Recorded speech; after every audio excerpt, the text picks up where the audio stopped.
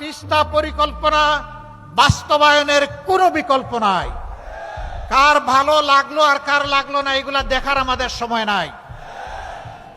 আল্লাহ যদি আমাদেরকে দায়িত্ব দেন, আমরা কথা দিচ্ছি উত্তরবঙ্গের সর্বপ্রথম আমরা ওখানেই কুদাল দিয়ে কূপ দিব ইনশাআল্লাহ।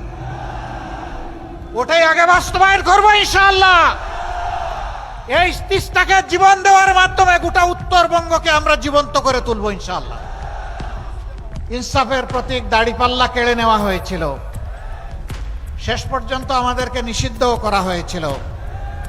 আমাদের 11 জন সিনিয়র নেতাকে হত্যা করা হয়েছিল, 1000-এর কাছাকাছি সহকর্মীকে হত্যা করা হয়েছিল। আমাদের অসংখ্য ভাইদেরকে আয়নাগরের বন্দী বানানো হয়েছিল। আমাদের নেতৃবৃন্দের ঘর বাড়ি বুলডোজার দিয়ে ভেঙে দেওয়া হয়েছিল। এর অনেক কিছুই অনেক দলের সাথে করা হয়নি, যেটা আমাদের সাথে করা হয়েছে। যেন আমরা এই দেশের কেউ নই। আমরা আমাজনের জঙ্গল থেকে বেরিয়ে হঠাৎ করে বাংলাদেশে ঢুকে পড়েছিলাম, এইরকম একটা আচরণ আমাদের সাথে করা হয়েছে। আল্লাহ সাক্ষী, বাংলাদেশের 18 কোটি মানুষ সাক্ষী, বিশ্ববাসী সাক্ষী। তারা তাদের সন্ত্রাসের যাত্রা শুরু করেছিল 2006 সালের 28শে অক্টোবর পল্টন মোড়ে দিনে দুপুরে লগি বইটা দিয়ে মানুষ পিটিয়ে পিটিয়ে হত্যা করার মাধ্যমে। মরা লাশের উপর উঠে তারা নাচানাচিও করেছিল। এরা কোন প্রজাতির আমরা জানি না। আল্লাহ তাআলা সেই অবস্থা থেকে এই জাতিকে মুক্তি দিয়েছেন আলহামদুলিল্লাহ। আমরা আশা করেছিলাম, শুধু আমরা নই, অন্যান্য রাজনৈতিক দল, আলিম উলামা, সমাজের সুশীল সিভিল সোসাইটির সদস্য, সাংবাদিক বন্ধুগণ, কাউকে ওরা ছেড়ে কথা বলেনি। আমাদের আশা ছিল 5 তারিখের পরিবর্তনের পর সকলে এইখান থেকে শিক্ষা নেব, কেউ আর জনগণের সম্পদ, ইজ্জত এবং জীবনের দিকে হাত বাড়াবো না। আমাদের আশা কি পূরণ হয়েছে? রংপুরের মানুষ খুবই ভালো, শিক্ষিত এবং ভদ্র, অল্পে তুষ্ট। এই এলাকার মানুষ মোটেই চাঁদাবাজি করে না। এখানেও চাঁদাবাজ আছে? আহারে, তাইলে যাব কোথায়? এইরকম একটা এলাকায় চাঁদাবাজ আছে। এখানে বিভিন্ন স্ট্যান্ড দখল হয়, এখানেও হয়। এখানে মামলা বাণিজ্য হয়, এখানেও হয়। আমরা ছিলাম সবচেয়ে বড় মজলুম, আমরা তো ওইরকম মামলা করলাম না। আমাদের করা মামলায় তো শত শত আসামি নাই। আমরা আমাদের লোকদেরকে বলেছিলাম, অবশ্যই ন্যায় বিচার পাওয়ার অধিকার সকলের আছে, আদালতের আশ্রয় নেওয়ার অধিকার আছে, কিন্তু সাবধান, একটা নিরীহ মানুষকেও আপনার অভিযোগের তালিকায় অন্তর্ভুক্ত করতে পারবেন না। সুনির্দিষ্ট ব্যক্তি ছাড়া যে অপরাধ করেছে কাউকে মামলায় আসামি বানানো যাবে না। আলহামদুলিল্লাহ, আমরা হাজার হাজার মামলা করি নাই। যে কয়টা মামলা করেছি এর মধ্যে 8টা মামলা আছে যেখানে আসামি মাত্র একজন। কারণ ওখানে আমরা দ্বিতীয় কোনো দোষী ব্যক্তি খুঁজে পাইনি, এই জন্য একজনকে আসামি বানিয়েছি। আমরা যাদেরকে আসামি করেছি তাদের কারো কাছ থেকে আমরা চান্দা বাট্টা উঠাই নাই। আমরা বলি নাই, হ্যাঁ তোমার নামটা হয়তো ভুলে ঢুকে গেছে, কিন্তু ঢুকে গেছে, এখন বের করতে গেলে কিছু খাজনা দেওয়া লাগবে। কাউকে বলি নাই। এ বাংলাদেশের মানুষ সাক্ষী। আমরা চাই না যে কোনো একটা নিরীহ নিরপরাধ মানুষ কারো প্রতিহিংসার শিকার হয়ে অথবা লোভ লালসার শিকার হয়ে একদিনের জন্য জেলের ভাত খাক, এটা আমরা চাই না। কারণ 15.5টা বছর আমরা দফায় দফায় জেলে গিয়েছি, আমরা জানি জেল কি জিনিস। বিনা অপরাধে আমাদেরকে জেলে পুরা হয়েছে। আমরা জানি যারা অপরাধ না করে জেলে যায় তাদের মানসিক অবস্থাটা কেমন হয়। যেহেতু আমরা নিজেই মজলুম হয়েছি, আমরা কাউকে মজলুম বানাতে চাই না। আমরা কি চাই? আমরা চাই একটি সাম্যের বাংলাদেশ,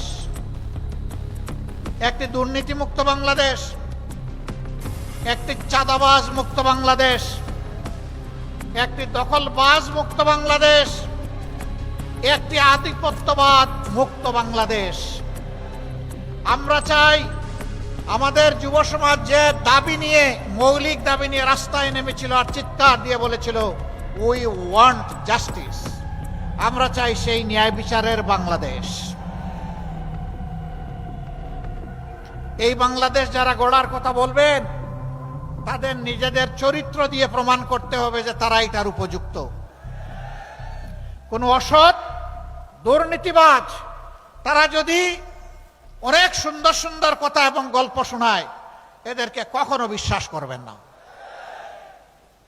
এরা নির্বাচনেই রঙিন স্বপ্ন দেখিয়ে মজার মজার কথা বলে আপনাদেরকে একেবারে দেখবেন যে চৌথাই আসমানে পাঠিয়ে দিচ্ছে। এরা দুঃখবাজ, চিনে রাখবেন। এদেরকে ইয়েস বলবেন না, এদেরকে কি বলবেন? এদেরকে বলবেন তোমাদের জন্য লাল কার্ড। কি কার্ড? সংগ্রামী বন্ধুগণ, দেশ আমাদের সকলের। এই দেশটিতে আমরা 4টি ধর্মের মানুষ বসবাস করি, মুসলমান, হিন্দু, বৌদ্ধ, খ্রিস্টান। দেশটা একটা ফুলের বাগানের মতো। আল্লাহ যেমন মুসলমানদেরকে পয়দা করেছেন, তেমনি অন্য ধর্মের লোকদেরকেও পয়দা করেছেন। আমরা কেউ আল্লাহর কাছে আবেদন করে এই দেশে পয়দা হইনি, আল্লাহ তার ইচ্ছা মতো পয়দা করেছে। আল্লাহ সকলের রিজিক দাতা, সকলকে সম্মান দেন। আপনার আমার কোনো অধিকার নেই ধর্মের ভিত্তিতে কাউকে আঘাত দেওয়ার, কারো ক্ষতি করার কোনো অধিকার আমাদের নেই।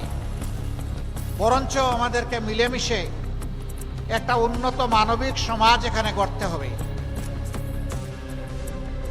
ধর্ম চাপিয়ে দেওয়ার বিষয় নয়, ধর্মীয় মানুষের অন্তরের আবেগ দিয়ে গ্রহণ করার বিষয়। অতএব কোরআনের সুস্পষ্ট নির্দেশনা, লা ইকরাহা ফিদ্দিন, দ্বীনের ব্যাপারে কোনো জবরদস্তি চলবে না। আমরা বাংলাদেশকে ন্যায় ইনসাফের বাংলাদেশ গড়তে চাই। অনেকে বলে এটার মডেল কি হবে? এটা কি ইরান হবে, না আফগানিস্তান হবে, না পাকিস্তান হবে? আমরা বলি না, এটা বাংলাদেশ হবে। আর যদি মডেল বলেন তাহলে দুনিয়ার সর্বশ্রেষ্ঠ স্বীকৃত শাসন, যেটা আল্লাহর নবী মুহাম্মদুর রাসূলুল্লাহ সাল্লাল্লাহু আলাইহি ওয়াসাল্লাম জগৎবাসীকে উপহার দিয়েছিলেন, যেখানে সকল ধর্ম বর্ণের মানুষের অধিকার নিশ্চিত হয়েছিল, সেই মদিনার মডেল আপনি বলতে পারেন। এর বাইরে আমাদের কাছে কোনো মডেল নাই ভাই। আমরা বাংলাদেশকে আফগান বানাতে চাই না, ইরান বানাতে চাই না, পাকিস্তান বানাতে চাই না, অন্য কোনো দেশ বানাতে চাই না। প্রিয় গর্বের বাংলাদেশকে গর্বের বাংলাদেশ হিসাবে বানাতে চাই। আমরা মিথ্যা কোনো আশ্বাস নির্বাচন সামনে রেখে দিচ্ছি না, দিব না। যা আমরা পারবো না তা আমরা বলবো না, যা আমাদের কর্তব্য বলে মনে করি শুধু তাই বলবো। আমরা কাউকে ভাই বেকার ভাতা দিব না। বেকার ভাতার মানে হচ্ছে বেকারের কারখানা তৈরি করা। আমরা কোনো বেকারের কারখানা তৈরি করব না। আমরা দেশের প্রত্যেকটি সক্ষম নারী পুরুষের হাতকে আমরা দক্ষ হাতে পরিণত করতে চাই। বেকার ভাতা নয়, তাদের হাতে আমরা মর্যাদাপূর্ণ কাজ তুলে দিতে চাই। সে বুক ফুলিয়ে বলবে, আমি কোনো কারো দয়ার দানে চলতে চাই না, আল্লাহর দেওয়া মেধা এবং যোগ্যতা খাটিয়ে আমি সম্মানের সাথে বাঁচতে চাই। এইভাবে যখন প্রত্যেকটি নারী পুরুষ দক্ষ হয়ে উঠবে, আত্মবিশ্বাসী হয়ে উঠবে, সেই দিনই বিশ্বের বুকে মাথা উঁচু করে দাঁড়ানো একটা বাংলাদেশ গোটা বিশ্ব দেখতে পাবে ইনশাআল্লাহ। আমরা ওই দেশটা করতে চাই। অনেকে বলে মা বোনদের কোনো স্পেস থাকবে, আপনারা যেখানে কাজ করবেন, দেশ চালাবেন। আচ্ছা, মা বোন নাই কার কার গড়ে একটু হাত তুলেন তো দেখি। ওরে বাবা, ঘরের ভিতরে চলতে পারেন তো সমাজে চলতে পারবেন না? ঘর আপনার চলে না নারী ছাড়া, সমাজও আপনার চলবে না নারী ছাড়া। নারীদের কিছু কর্মক্ষেত্র আছে, এটা আপনি পারবেন না, আমিও পারবো না। আমার মায়ের, আমার মেয়ের, আমার বোনের, আমার স্ত্রীর কিছু কিছু বিষয় আছে, এটা নারীদের জন্য ডেজিগনেটেড, এটা পুরুষের দ্বারা হবে না। সেই কাজ কে করবে? রাসূলুল্লাহ সাল্লাল্লাহু আলাইহি সাল্লামের জামানায় প্রত্যেকটি যুদ্ধে নারীরা অংশগ্রহণ করেছেন। যুদ্ধের চাইতে কঠিন কোনো কাজ আছে? সেই কাজে যদি সম্মানের সাথে নারীরা দেশপ্রেম বুকে নিয়ে অংশগ্রহণ করতে পারেন, তাহলে দেশের প্রত্যেকটি সেক্টরে আমার মা বোনেরাও কাজ করবেন ইনশাআল্লাহ। এখানে আমরা দেখব না কোন নারী কোন ধর্মের, এখানে দেখব কোন মা বোনটি কোন যোগ্যতার, তার যোগ্যতা অনুযায়ী সম্মানের সাথে তার হাতে কাজ তুলে দেওয়া হবে ইনশাআল্লাহ। আমরা এখানে আমাদের প্রিয় দেশ এবং জাতিকে আর টুকরা টুকরা করতে চাই না, আর বিভক্ত করতে চাই না। আমরা সাম্যের এবং ঐক্যের আওয়াজ নিয়ে আপনাদের দুয়ারে এসেছি। আপনারা কি দেশকে বিভক্ত করতে চান? জাতিকে বিভক্ত করতে চান? চান না? তাহলে আমাদের ঐক্যের এই আহ্বানে আসুন, আপনারা সাড়া দিয়ে আমাদেরকে, আমাদের হাতকে আপনারা শক্তিশালী করুন। আমরা বলেছি নির্বাচন পরবর্তী আল্লাহ তাআলা যদি আমাদেরকে আপনাদের, আল্লাহ তাআলা তার মেহেরবানিতে আপনাদের ভোটের মাধ্যমে এই দেশ সেবার সুযোগ দেন, সরকার গঠনের সুযোগ দেন, এবার যারা নির্বাচনে অংশগ্রহণ করছেন আমরা তাদেরকে আহ্বান জানাবো, আসুন আসুন 5টা বছর অন্তত দেশটা এক হয়ে চালাই। তবে 3টা শর্ত মেনে আসতে হবে। নাম্বার 1, প্রথম শর্ত হচ্ছে নিজেরা কোনো দুর্নীতি করবেন না এবং কোনো দুর্নীতিবাজকে বগলের নিচে আশ্রয় দেবেন না। নাম্বার 2, সমাজের সকল মানুষের জন্য ন্যায় বিচার নিশ্চিত করা হবে। ন্যায় বিচারকে প্রভাবিত করার দুঃসাহস কেউ দেখাবেন না, রাজনৈতিক প্রভাব খাটাতে পারবেন না। বিচারকে তার আপন গতিতে চলতে দিতে হবে এবং বিচার বিভাগকে সম্পূর্ণ স্বাধীন করে দেওয়া হবে, যাতে অর্থের বিনিময়ে নয়, ন্যায্যতার ভিত্তিতে একজন মানুষ যেন ন্যায় বিচার পায়। এখানেও কে গরিব কে ধনী, কে কোন ধর্মের, এটা দেখার কোনো সুযোগ নেই। সমাজের কে কোন চেয়ারে বসে আছেন ওইটাও দেখার কোনো সুযোগ নেই। যেই অপরাধে সাধারণ একজন মানুষকে শাস্তি দেওয়া হবে, আইনের আওতায় আনা হবে, একই অপরাধ যদি দেশের প্রেসিডেন্ট করেন তিনিও রেহাই পাবেন না। এর নাম হচ্ছে ন্যায় বিচার। কারোর জন্য আপনার বিচার আর কারোর জন্য ইম্পিউনিটি, দায় মুক্তি, এর নাম বিচার নয়, এটা বৈষম্য, বিচারের উপরে জুলুম। আমরা সেই বিচারের উপরে জুলুম মানব না।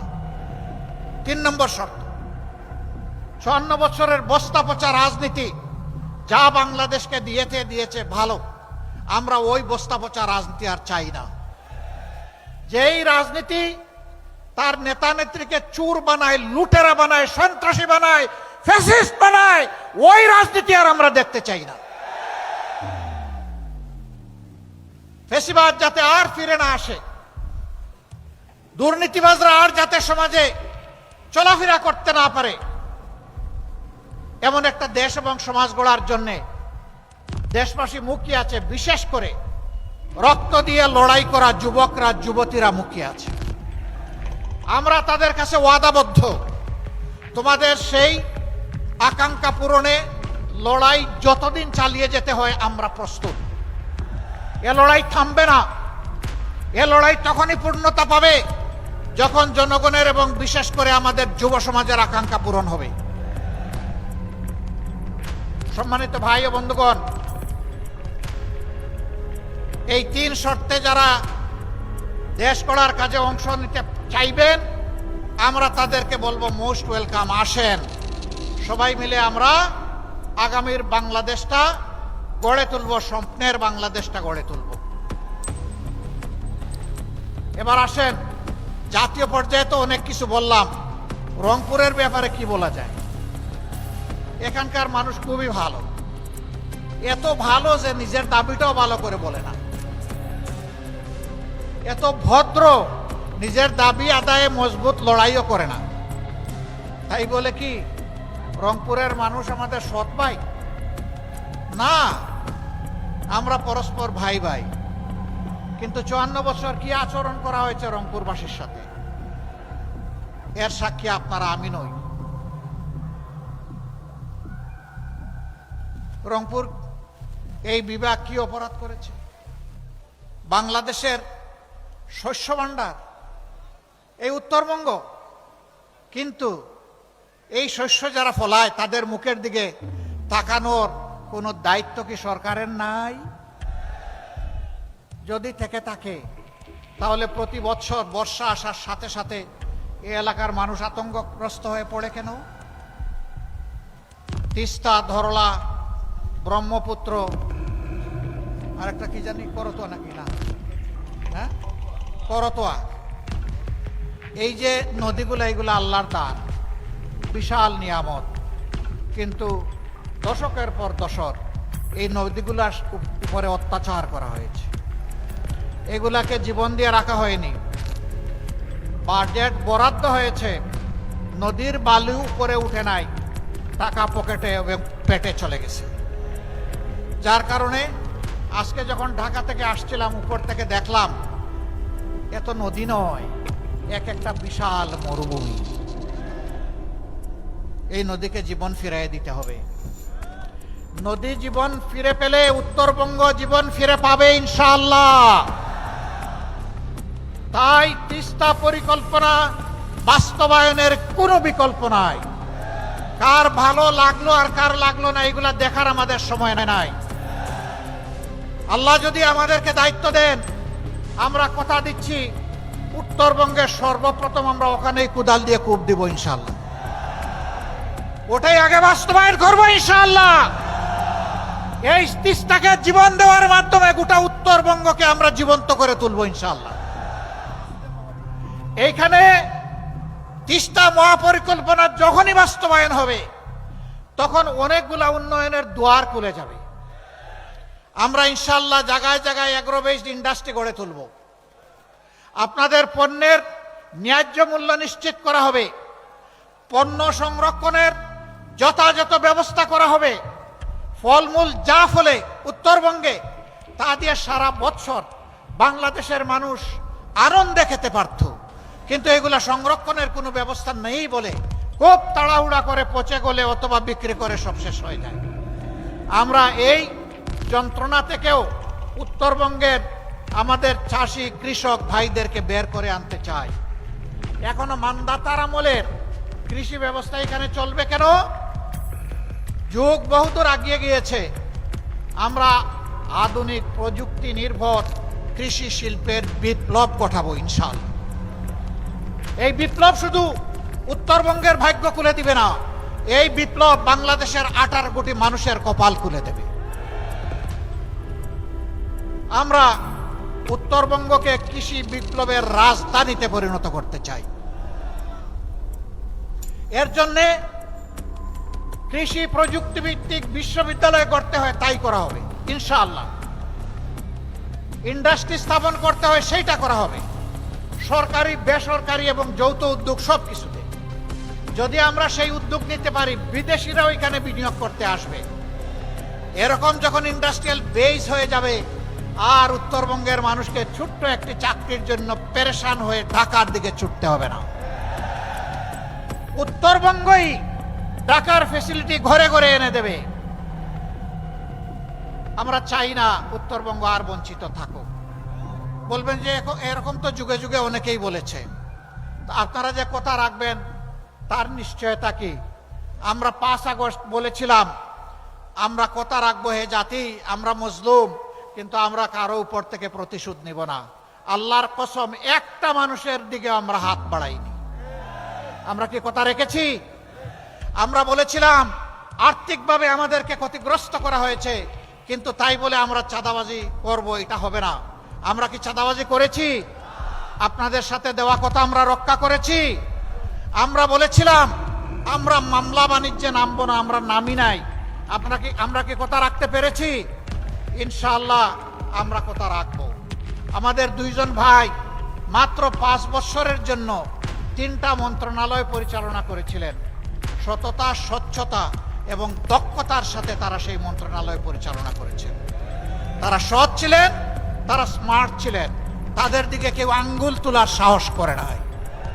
যে এই মন্ত্রণালয়ে অপরাধ হয়েছে অথবা এখানে স্বজনপ্রীতি করা হয়েছে, এটা বলার সাহস কারো হয় নাই। কেন জানেন? তারা আল্লাহকে ভয় করত। আমরা যে কথাগুলো আপনাদেরকে বলছি, আমাদের সবগুলা কথার সাক্ষী হয়ে যাচ্ছেন স্বয়ং আল্লাহ রাব্বুল আলামিন। আমরা সেই আল্লাহকে ভয় করি। আল্লাহকে ভয় করে আপনাদেরকে সাথে নিয়ে, আপনাদের সাথে পরামর্শ করে উত্তরবঙ্গকে নতুনভাবে সাজাবো ইনশাআল্লাহ।